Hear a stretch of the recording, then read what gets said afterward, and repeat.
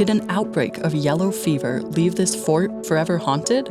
What role did an infamous doctor play in the history of this prison? Do the shadows of negative spirits hang over this building's recreation area? Find out the answers to these questions and more as we uncover the remote hauntings and history from Fort Jefferson in Key West, Florida. I'm Sarah. And I'm Erica. And this is The Haunted Atlas, a haunted U.S. podcast. In the interest of fully exploring history of certain locations, the Haunted Atlas may discuss sensitive or disturbing topics. Listener discretion is advised. Rising from the sea, this massive six-sided fort sits as a beacon of military might. With a history including time spent as a prison, a quarantine station, and now a national park, what whispers might haunt these brick walls? Many believe that prisoners and soldiers alike have never truly left this seaside abode. With a past as a prison and as a quarantine station, there's tons of history to cover. This fort is unlike many others because it's actually located on an island. Oh, that is kind of interesting. Yeah, I don't know of any other forts in America located on an island. Don't hold me to that. I'm sure there are. But I think we always think of landlocked or maybe even on the edge, like defending the coastline. Yes. But this is actually on an island itself because it's in the Keys. Which is kind of surprising. I mean, I guess you have to defend yourself from ships. Mm-hmm. But other than that, if you're on an island, you've already got that remote aspect where, I mean, I don't know how big the island is. I forget that some of them are huge, but Yeah, and I think you're exactly right with that. You have to defend the sea portion. This fort specifically sits on Garden Key, which is located within a series of islands that make up Dry Tortugas, which is a national park now. After the War of 1812, the United States wanted to increase their military defenses. And because of that, Fort Jefferson was constructed to defend the Gulf of Mexico and the entrance to the Mississippi River. The entrance to the river? Yeah, because that's a prominent trade route if you think about it, especially in the 1800s. The ships would come in and they could go up the Mississippi. The image of someone just blocking a river entrance was kind of funny to me. I was like, for what reason? It's just water. There's nothing there, but that makes sense. Trade routes. Yeah, and transportation in general. Right. Because if an opposing army were to get in up the Mississippi, then they would have access to so much of America, if you think about it. Yeah. It's a way to infiltrate. The fort consists of 16 million handmade bricks and is a six-sided building. Handmade bricks? Yes, because it's the 1800s. I mean, and that's true. It's just that's so many. And I would love to see this in person because I love a brick building. It's an incredible structure. Yeah. You do have to take a pretty significant boat ride to get there. And a lot of people got seasick in my experience on that boat ride. But it's super worth it once you get there because you just approach this structure and it just looms in the distance because you can see it like over the mist of the ocean. Yeah. This huge brick structure. It's very ominous and it's very cool. And each of the sides actually meet to create bastions. 3 tiers of the walls meet to create those. Oh. So it does look very fort-esque in design. There are guns mounted inside the walls facing out towards the sea, and those were meant to destroy ships that would come close to the fort.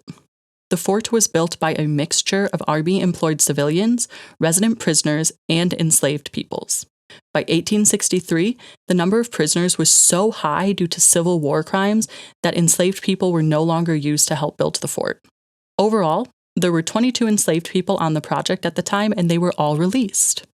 At its largest, the fort houses 1,700 military personnel and their families, so it's quite a large structure. Yes, I don't remember who I was talking with this about, but sometimes I forget that these forts and like the military bases are actually made for families to live on, and they're like these huge things. They're like towns. Right, and especially this, because it's on an island, so you really have to have everything that you need within the confines of this fort, especially because it takes up a huge portion of the island itself. Everyone that was there was expected to contribute, in part because it was an island community. So the wives would actually do the laundry for the fort, whereas at many bases, it's actually like the soldiers' responsibility. Here, the wives stepped up and did that because the soldiers were doing everything like repairs and stuff like that. Right. Overall, around 2,000 people lived in Fort Jefferson, not including prisoners, because there were also civilian workers, and the civilians served as anything from cooks to doctors to lighthouse keepers. Well, that's kind of cool that they brought in civilian individuals to do all these things. I didn't think about it when you had said it before, but yeah, they must have doctors on site because, again, if they're taking up the island, they need that medical care. Right, and they need it fast. Right. Especially in case they were ever in a conflict. You would have to have someone readily available. It functioned as a fort through the rest of the Civil War, but by 1865, the population declined, and it had split into 50% soldiers and their family and 50% prisoners at that time. Okay. Which is an interesting thing to consider, the aspect of these families living at this remote post alongside these prisoners. It's not your typical dynamic, I would assume. I agree. That does seem interesting, and I almost wish that we could go back in time just to witness the dynamics between the two of them. Remember, this is Civil War era, so some of the reasons for imprisonment might be different than we would consider today. Robbery and desertion were among the two top reasons. So it's not like these people are violent criminals per se. They could just be deserters, and then they ended up at Fort Jefferson. Right. There is one prisoner that stands out as notable, and it's interesting what we were saying about civilian doctors because there was also prisoner doctors. And this is Dr. Samuel Alexander Mudd. He was a doctor who began practicing in medicine in 1856. And his story is so interesting. I cannot believe I did not know his name prior to starting this research. After John Wilkes Booth assassinated President Lincoln, he actually broke his leg. Mudd was an old friend of his, so Booth sought him out for care and even stayed at his house. Because of this, Mudd was arrested for harboring Booth and for conspiracy. His sentence? Life imprisonment at Fort Jefferson. Oh my gosh, that is quite the story. Yeah, that's definitely a portion of the story that we don't normally hear. I hadn't really considered before what happened to John Wilkes Booth after the assassination, and so to find out that he was harbored and then eventually was caught is such an interesting twist/ending to that. Right, and I think it's a really interesting thing to consider of you're a doctor, you've taken this oath that you will do no harm, you'll help save people, plus he's a longtime friend. But he just assassinated the president. I know. I don't know that I would be such a good friend, to be honest with you. I know. It's an interesting consideration. Yeah. And especially because he was caught and he had to suffer the consequences. He did try and fail to escape from Fort Jefferson, and that happened in 1865. He had been working in the carpentry shop at the time, which is interesting because why not use his skills as a physician? Right. But I guess maybe that's part of the punishment in and of itself. You don't get to practice the thing that you truly love in life. He eventually was transitioned into being a serving physician there because there was a yellow fever outbreak. And he actually received a pardon in 1869, just 4 years after his escape attempt, due to his efforts in the yellow fever outbreak. Okay. He officially left the fort on March 8th of that year, following his pardon. So he originally was supposed to spend his whole life there, but because he stepped up and helped during the outbreak, they let him go. What's interesting to me about the life sentence is that I really don't think of these forts as permanent figures, just based on the history of a lot of them, where we've talked so many times when we talk about forts of they were really booming during this war, but then afterwards, kind of fell off. And so it's interesting to me that he was sentenced to life there. Because I'm wondering now if they considered forts a more permanent thing at that time. Probably, because think about the amount of conflict the U.S. had been in. The Revolutionary War, the War of 1812, the Civil War. That's a lot of conflict within less than 100 years. Yeah. And it's interesting that you say that because in 1888, the fort was no longer considered useful by the military due to its cost to maintain. If you think about it, it's on this island in the middle of the ocean. Salt water can degrade a lot of different materials really quickly. And to get food and things out there, that's wicked expensive. Yeah. So at this point, the Marine Hospital Service took it over, and that's when it became a quarantine station. Oh, the history of it as a fort was so rich that I kind of forgot that it was other things too. Yeah. And pretty early into its life, it's only It's in 1888 that this switches over to a quarantine station. In 1908, the area was actually designated as a bird reserve, and therefore ownership was transferred to the Department of Agriculture. And this is because the population of birds there was so specific that they transferred it. And I think partially my take is it was no longer useful as a quarantining station. As the yellow fever outbreak decreased, I think they probably needed it less and less. And they realized, we have all of these rare bird species here. Why not turn it into a bird reserve?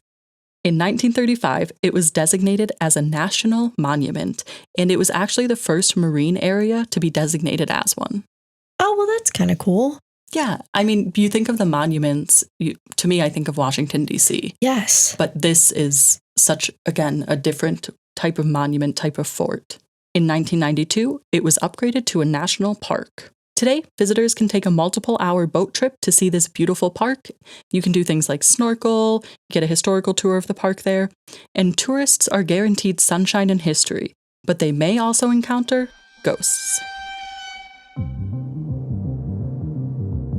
Hey guys, I'm Tommy from Tommy Cullum's Let's Get Freaky podcast, where we talk to real people and have real conversations about paranormal experiences, including ghosts, cryptids, UFOs, and all high strangeness, and even a little bit of conspiracy too. So if you enjoy these freaky conversations, check us out on Apple Podcasts, Spotify, Amazon Music, or wherever you listen to podcasts. And we're also available to watch on YouTube. Tommy Cullum's Let's Get Freaky. With a history ranging from Civil War fort to prison, it's no surprise that locals and visitors alike claim spirits roam this mighty structure. Yeah, I like that. Honestly, I like that in the history. It seems like if the building's purpose was kind of waning, then people made it into a new thing. So it doesn't surprise me that it's haunted specifically because it seems to have held a lot of meaning for different groups of people. Yeah, that's a great point. I think a lot of times we can see forts kind of go into ruin and just be deserted, but this one really has been consistently used, which is a good perspective. And like you said, it has a lot of emotional significance for some people, the prisoners, the families that were stationed there. I'm sure quarantined people there, that's an emotionally significant thing. Right. Even maybe some scientists that worked there when it was a bird reserve. I was going to say, people who love birds might have had a good time. Right. Not me, but people who love birds. I forget that you hate birds. I am terrified of them. Such an interesting fact. One report of the hauntings happens specifically at midnight. Apparently, there are strange sounds and strange lights that occur exactly as the clock strikes midnight. I wonder why midnight. I wonder as well, and I'm normally skeptical of hauntings that only occur at night because I feel people just associate night with being scary, and that's why they think that hauntings happen at night. But because this one is tied to a time, it seems credible to me. Yeah. These are thought to be paranormal, like I said, because it's almost like a reset of the day, as if the fort is running on a time loop. I actually was going to say the only thing that I could think of is that something is being reset at the beginning of the day. Because what else really is occurring at midnight? I mean, the witching hour, quote unquote, is 3 to 4 a.m. So it's not even really within those bounds. Right. And I think it's also interesting because I found a lot of accounts of strange lights and strange sounds, but not really any examples of what the sound or the lights are. And I was trying to think of what they might be. It could be ships passing. I'm sure that you hear a lot of strange sounds when you're in this fort, especially because it is such a massive structure. I'm sure that it's very echoey. But I think the fact that it's always happening at midnight and it's been multiple people who have had these accounts of strange lights and strange sounds, it could be playing on a loop or maybe even like a ghostly ship that's passing by. Yeah, I agree. I do think this one is credible to me. Visitors report strange and negative feelings while walking in the hallways. And that's always interesting to me. When we covered Eastern State, we talked about the general negative feeling there and how it could definitely be associated with the past. That could be the case here as well. It's a massive fort that sits on this island that looks, kind of creepy when you come up to it. Of course, it's an interesting historical structure, but it is not maintained to the grandeur that it used to be. And it does have a dark past, especially if you're taking the historical tour. or if you even just know that it used to serve as a prison and stuff as well. Yes. So I think some of this could be atmospheric. However, people also report seeing shadow figures. Again, you're in an old fort. Right. The light could play tricks on you here.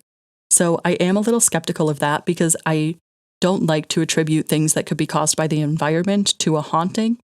But I think that because it's seen a lot, we could consider it possibly a credible haunting. Yeah, I agree. I think, and it also depends, in my opinion, on what time of day people are there and seeing it.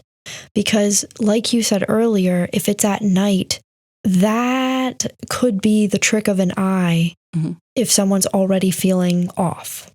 Even during the day, I was thinking of the sun exposure of this building. If you're unfamiliar with it, it could very easily look like a shadow cast by the sun as it's moving throughout the day. Could be a figure or a trick of the eye, like you're saying. Yeah. That's not to say that shadow figures aren't there, because there's always that possibility. But I think I would want to know more about, like you said, what time of day is it? Where are they seeing them? If they're seeing them in a closed room that's not exposed to light, then okay. Yeah. Definitely a shadow figure. Well, and also, I don't know the science behind this fully, so I'm just going to be talking about what I've heard. But our eyes kind of fill in things automatically. And so, for example, when I'm walking down the stairs of this parking garage that I park at every day for work, I swear there's always someone coming down the stairs, on top, right? And I know that that's not paranormal. That's just my eyes doing something weird. And so it could be the same thing. Right. I think that's a good point because we see what we would expect to see. Yeah. So if we're expecting to see a humanoid figure, even if it is a shadow figure, we could allow our mind to just, like you said, fill in that gap. That's a great point. People that do see the shadow figures claim that they're likely victims of the yellow fever outbreak. I think that would make sense. There was mass casualties then. They might not be significant enough to want to manifest and just stuck there, unfortunately, because of their demise. Right. In addition to the shadow figures, there are reports of screamed of these alleged yellow fever victims. Some say that Dr. Mudd can be seen when the wailing occurs, which is really interesting to me. Yeah, it's almost like in his afterlife, he's still trying to take care of people. Yeah, and I think, again, when we have more evidence of paranormal claims, it makes them more credible to me. So hearing a sound of a scream in a seaside location that doesn't have windows, I'm very, very skeptical of it. It could easily be the wind. Again, depends on the weather, environment, etc. But hearing those and seeing Dr. Mudd manifest as an apparition, that goes completely hand in hand to me. And we can even tack on the shadow figures to that. If you're seeing shadow figures and seeing Dr. Mudd, that's much more credible to me than if you're just seeing a shadow figure. With Dr. Mudd being there, I'm wondering if he's there in a positive way or if he's there in a negative way because, his time there started off negative where this was like a life sentence. And at that point, he wasn't even working as a doctor, right? So I'm wondering if that's why he's there or this was the first time he was able to practice medicine again. So maybe he's there as like a positive thing of like, this is what I spent the latter half of the time there doing. That's true. Yeah, I think of it almost as it's his redemption. So he probably wants to, for lack of a better term, live in that in his afterlife. Yeah. Like you said, that's where he did all this positive stuff. This was his redemption. Maybe he feels guilty about things he's done in his previous life. So yeah, I think that it's cool that that's how he's manifesting, ready to answer the call for these patients. Yeah. One specifically haunted location is the rec room, which is now located within the Rangers' quarters. Apparently, there are still bullet holes in the wall there from target practice from when it was an active fort. Oh, that's really cool. Yeah, when I first heard that, I thought that the holes were going to be from conflict. Yes. But it's from target practice, which is an interesting concept to me. I've said interesting a lot. Which is a crazy concept to me, because to shoot at a wall, I mean, I know it's a brick wall, but still. Yeah, I don't know. I would almost be scared that the bullets would ricochet, but I guess maybe that's not what happens. Well, I would think the same, but also if you're living at this fort, it's partially your job to maintain it. So why are you shooting holes in it? Yeah, I mean, that's a fair point. It's like you're just making it degrade faster. Yeah. Rangers report feeling unwelcome in this room and that the silence in it is almost supernatural. And that's very different than what I would expect. Because of the environment of this, I would imagine that you could easily hear waves, wind whistling, especially other rangers in the building or in the fort. So to have it be silent, that feels paranormal to me. I agree with you. In my opinion, if there was going to be any kind of sound paranormal thing going on in a rec room, it would be the opposite of silence, not only because of like what live people are doing, but because that was obviously a place where people relaxed. There was probably like a humdrum of people talking at all times. That's interesting. I didn't consider that. I was thinking, oh, the silence must be supernatural because why would you have silence? But it's interesting because why is it silent? Yeah. If it would have been such an epicenter of activity. That's a good perspective. I hadn't considered that. I wonder why. Yeah. I mean, gunshots going off at all times in the walls. Right. Like That's true. It's not even like it was quiet activities. No. It's like shooting at the walls. Some people have also reported seeing figures in the entry area to this space. Other common occurrences here are things moving on their own, including pool balls and doors. I really hope people are playing pool. That would be a nice way to spend some time. Okay, but if you're playing pool, why is it silent? Oh, that's a fair point. You know, again, those two things don't really connect. It almost seems like potentially two separate hauntings. Maybe when it was a quarantine station or when it was something else less positive, people wanted to be silent. And then we also have the rec room aspect of it where those spirits are wanting to play with the pool balls, etc. We know I'm always skeptical about doors, especially in old buildings, swinging on their own.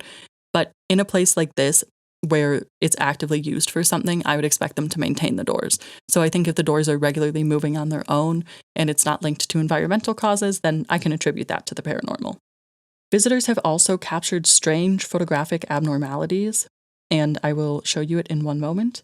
These range from strange orbs of light, similar to the strange lights that happen at midnight, to what appears to be apparitions. And there's actually one photo that shows two strips of light that many people think are side-by-side spirits. Well, that would be nice. But knowing people in photography and having consulted them on this, it does appear that it's the movement of a light source, and in their words, the lens just mirrored it. Yeah, okay. I like the idea that it's two soldiers walking side by side, but I think with something like this where it doesn't look like a shadow figure, it doesn't look like an apparition, it can be explained as a trick of light, we can write that off as not paranormal. Agreed. Yeah. Unfortunately. Those are the history and hauntings of Fort Jefferson, by far one of the most interesting forts in my opinion. If you have ever been to Fort Jefferson, we would love to hear your story. You can email the team at Haunted US and include Haunted Atlas episode 21 in the subject, or find us on social media at Haunted US. Tune into our next episode to see where we drop the pin on our adventure across the Haunted US. This episode of Haunted Atlas was presented by Sarah Sweeney and Erica Barrett.